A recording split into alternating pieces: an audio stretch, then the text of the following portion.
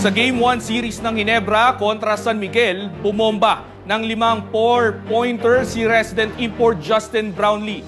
Ngunit bakit nga ba ayaw pa rin ni Coach Tim Cone sa bagong pangulo ng liga? Alamin ang detalye sa report ng ating resident heartthrob, Raymark Patriarca.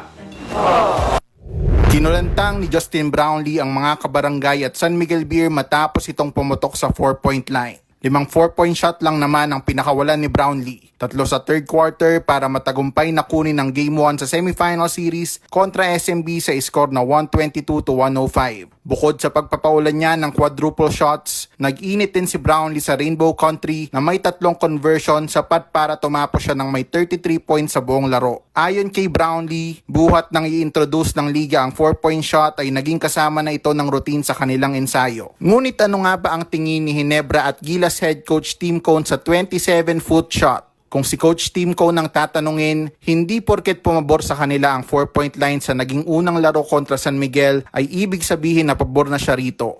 Well, just because it favors our team having Justin around and making those points doesn't mean I'm a fan of the 4-point line. I just believe that the game has evolved into shooting, taking quick shots, taking 4-point, and people come in. If you watch practices, guys practice, all they do is shoot threes and shoot fours.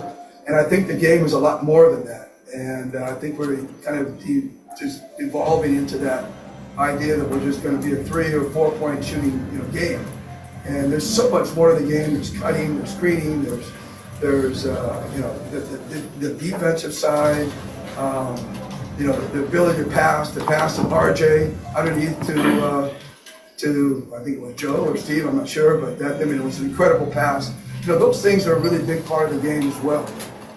Samantala, depensa umano ang naging problema ng San Miguel ayon mismo yan sa kanilang star player na si CJ Perez. Patunay dito ang 55% shooting sa field ng Ginebra na naging sakit sa ulo ng mga bataan ni George Gallet. Nalimitahan din ang import ng San Miguel na si EJ Anosike na 13 points lang ang inambag sa loob ng 26 minutes. Ako si Raymark Patriarca, Abante Sports, nauna.